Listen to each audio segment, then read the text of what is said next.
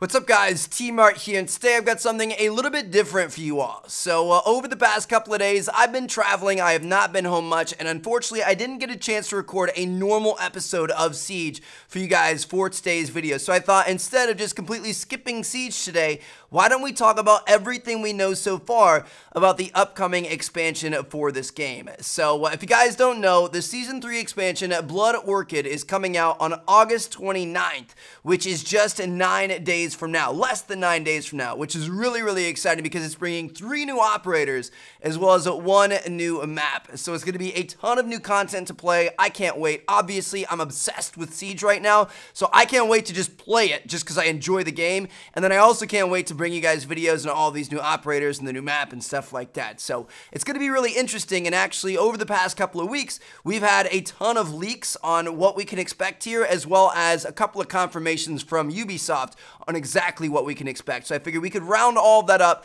and I'll let you guys know what's going on in case you've been living under a rock. So starting off here with the map, we actually already have kind of like this little preview trailer type thing that Ubisoft uploaded. It's nothing crazy. It's not actual gameplay. It's just kind of like little scenes from within the map.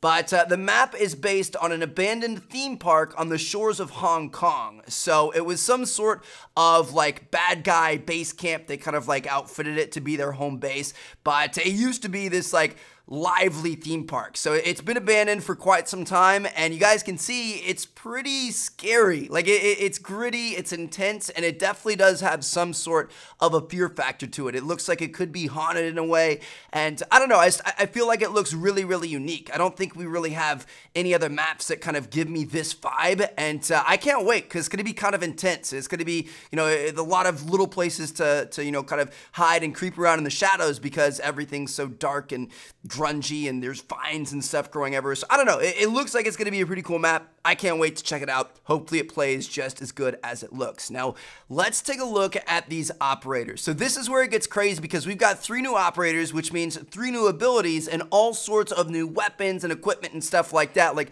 this is going to completely change the meta of this game. You know, some of these guys are going to be very good against current operators. Some of these guys are going to be very weak against current operators. It's going to be interesting to see how they fall into the balance.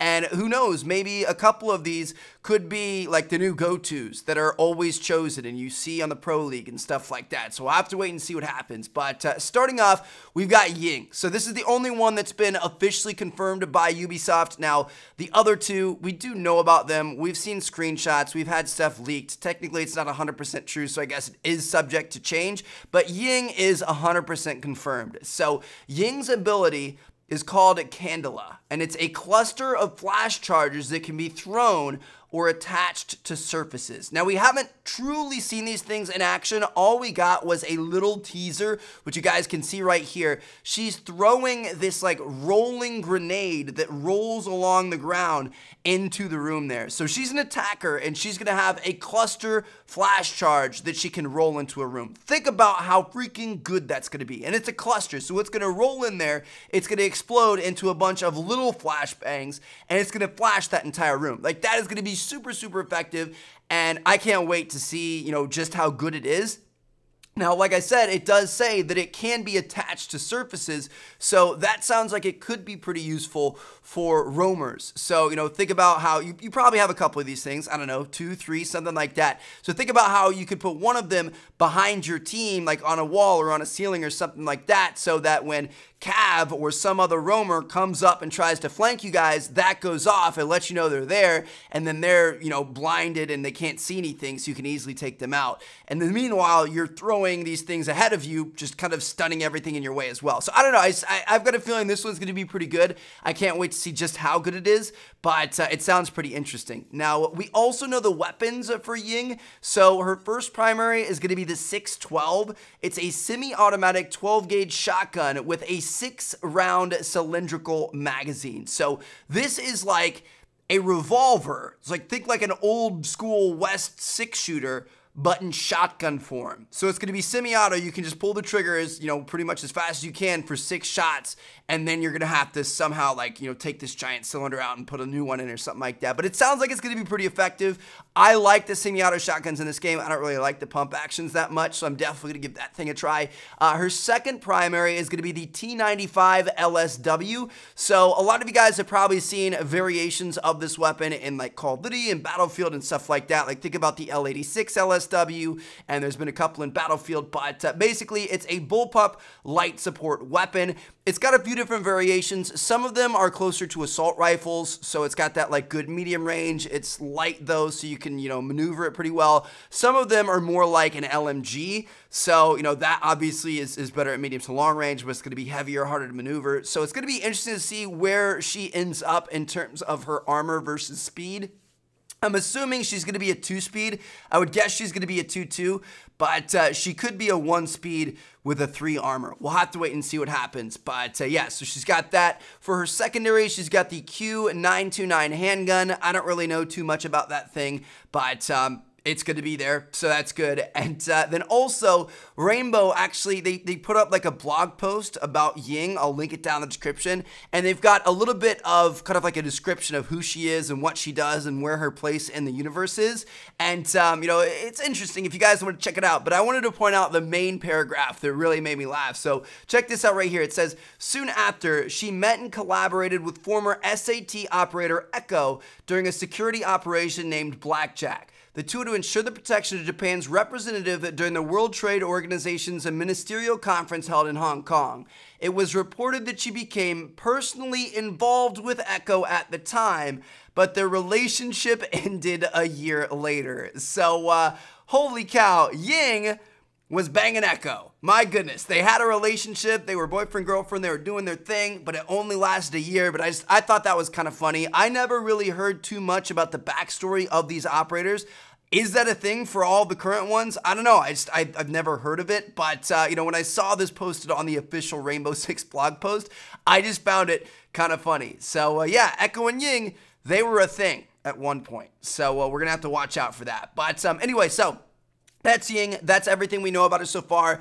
We haven't seen her ability in action. We haven't seen her weapons in action, but she sounds pretty interesting. She's got a cluster of flash charges she can place down or roll into rooms. She's got a semi-auto shotgun. She's got either an AR or an LMG.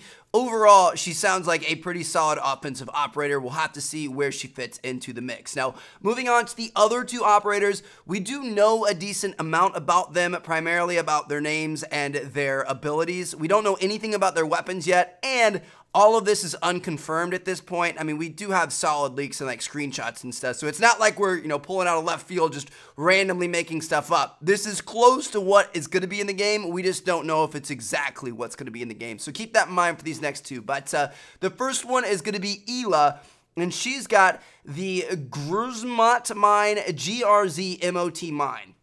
It's a concussion proximity mine that can be attached to surfaces. It impairs hearing and causes a dizzying effect when it triggered. So obviously when we hear that, it kind of reminds me of Echo's drone, except it's a proximity mine. So it's going to be something that you can set it and forget it. It's going to be like a Capkin thing where you can set it up on a doorway or, something like that. And when people walk through it, it's going to affect them. It's not going to be something like Echo where you actually have to be in the drone at all times. So that sounds kind of interesting.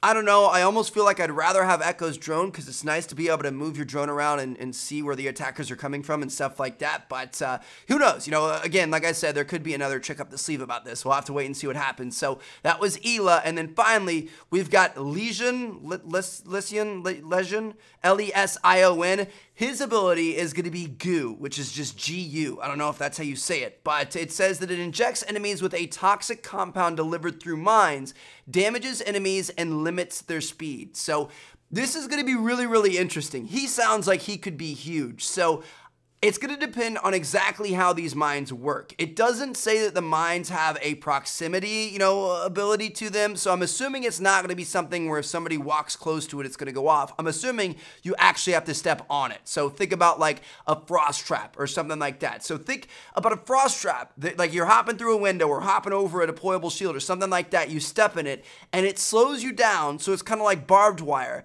but it also damages you at the same time. You're kind of poisoned in a way. Who knows how much it's gonna work? You know, maybe it'll take you immediately down to where you're downed. I'm not exactly sure how it's gonna work, but it sounds like it could be really, really cool. And I don't know, man, like both of these defenders that we have here, both are kind of like trappy type defenders. So, you know, we've got these concussion proximity mines that when you walk into that, you're getting concussed. We've got these toxic compound mines that are going to slow you down and damage you. Think about when you just combine those two characters together. Think about if you add Echo on top of that, or add Capcan on top of that, or add Frost on top of that. Like, think about how many things we're going to have to worry about when we're pushing into an objective on offense. I don't know. It's going to be interesting to see how it works, but that's what we know so far. So they did say that more details are going to be coming during the Pro League Finals on the 26th. I'm pretty sure Ubisoft's going to be announcing everything and giving us all the information. So I'll make a video about that on the 26th, following up with you guys, and then just a couple of days after that is when all of this releases. So I can't wait. Hope you guys are excited as I am. I can't wait to put out videos for you all, and thank you guys so much for watching. We should be back to a normal Rainbow Six video tomorrow. Again, I'm sorry I didn't have a chance to record it today, but I figured a rainbow video is better than no rainbow video. So hope you guys enjoyed. Drop a like on the video if you did. Thank you guys so much for watching. Peace out.